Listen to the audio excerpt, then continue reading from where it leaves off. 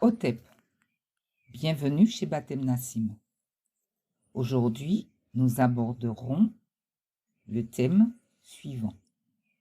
La puissance du nom, impact sur notre chemin de vie. Qu'est-ce que le nom? Selon le dictionnaire français, le nom permet de désigner un être, un lieu, une chose. Aujourd'hui, nous aborderons ce thème selon notre paradigme, le paradigme négro-africain. Dans l'Égypte antique, il est considéré que l'être humain est décomposé en 9 constituants. Ces constituants sont les suivants. La force vitale appelée le Sekem, l'âme spirituelle appelée Ko, l'ombre appelée Kaibit, l'âme-cœur appelée Ba, le double appelé Ka, le cœur appelé Ib, le corps spirituel appelé Sahu et le corps charnel appelé Kat. Ces 8 constituants sont portés par le Ren qui est le nom. Nous pourrons donc dire que le nom est la barque qui porte tous les 8 constituants de l'être humain. En négroculture, le nom a quelque chose de spécial, puisque, comme je l'ai dit précédemment, le nom, c'est lui qui supporte tous nos composants. C'est notre identité, c'est notre barque. A contrario, les leucodermes, ils ont une autre vision de l'humain. Ils considèrent que l'être humain se compose du corps, de l'âme et de l'esprit. En négroculture, la décomposition de l'humain comprend son enveloppe charnelle et tout ce qu'il y a autour, nous dirons tout ce qu'il y a de subtil. Nous voyons donc qu'il s'agit de 2 paradigmes différents. De tous les 9 constituants cités, le nom est celui qui nous relie au monde visible, au monde invisible. Comme je l'ai dit, le nom, c'est la barque. C'est notre barque. C'est notre identité. Le nom est donc la chose la plus importante. Nommer quelque chose et la chose apparaît.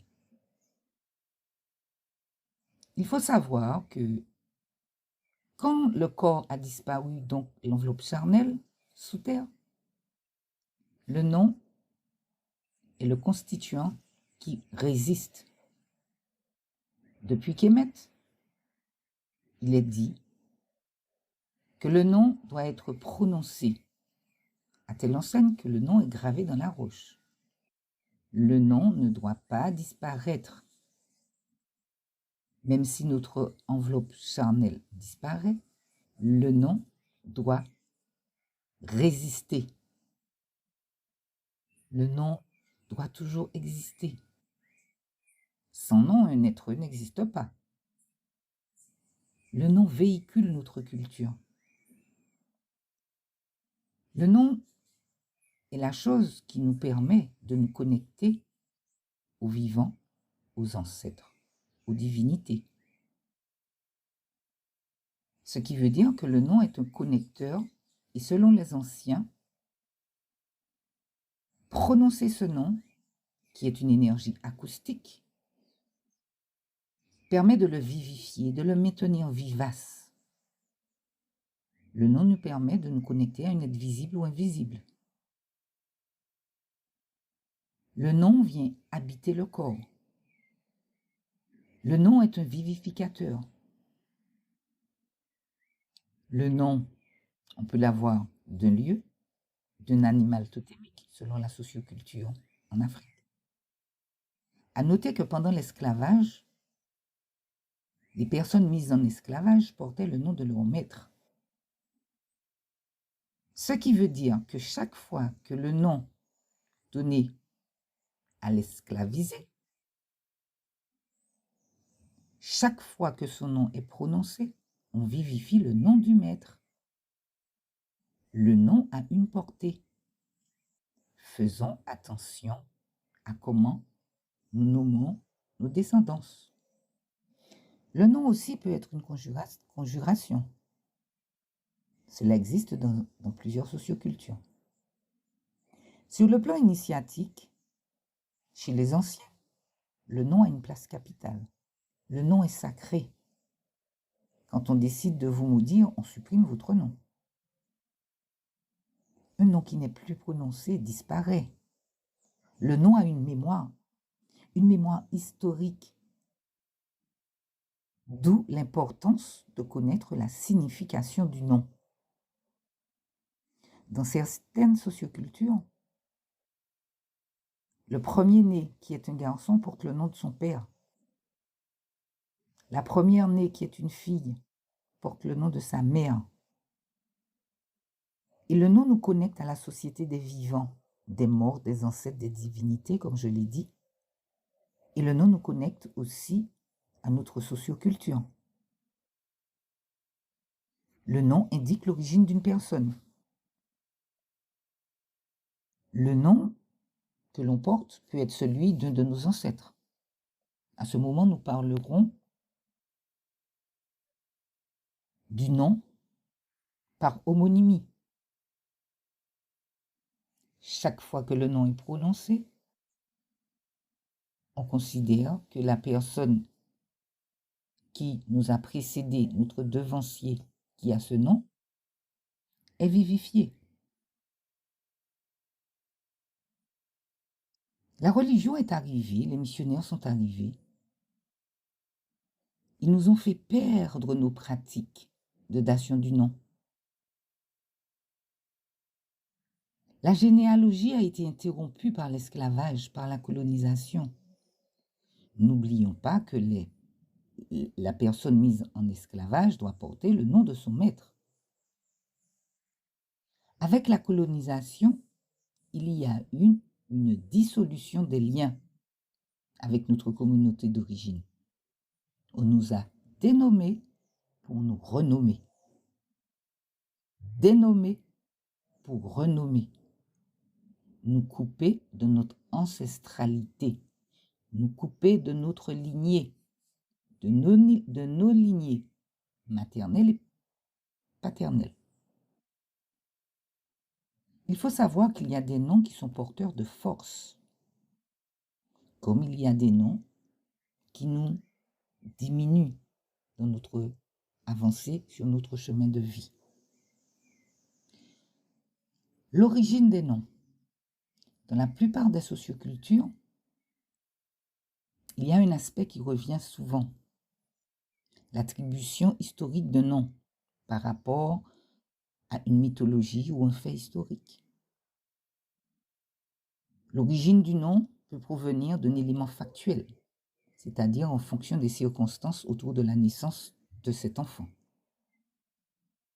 Dans la socioculture des Yoruba, par exemple, un enfant né en dehors du pays est appelé Tokombo, qui signifie qui vient de l'autre côté de la mer. L'origine du nom peut être onirique. Il existe aussi la possibilité d'avoir un nom par le biais des consultations. Le nom donné à un enfant est choisi en fonction de sa force, de sa signification et de son origine, toujours avec une connotation de bénédiction. Nous avons aussi les surnoms, les petits noms. Une fois que ce surnom a été accepté, nous avançons avec toute l'énergie qui qui est autour de ce surnom. Toujours une attention particulière aux surnoms et aux petits noms que nous acceptons. Il existe la vivification par homonymie. On va donner de la force à un nom. Quand nous portons le nom de nos ancêtres, prononcer ce nom vivifie l'histoire, l'énergie de cette personne qui n'est plus sur terre. À savoir que le son émis quand on prononce un nom est une énergie. En évoquant un nom, on anime une énergie. Si nous portons des noms qui n'ont rien apporté à notre propre histoire, nous devons les laisser.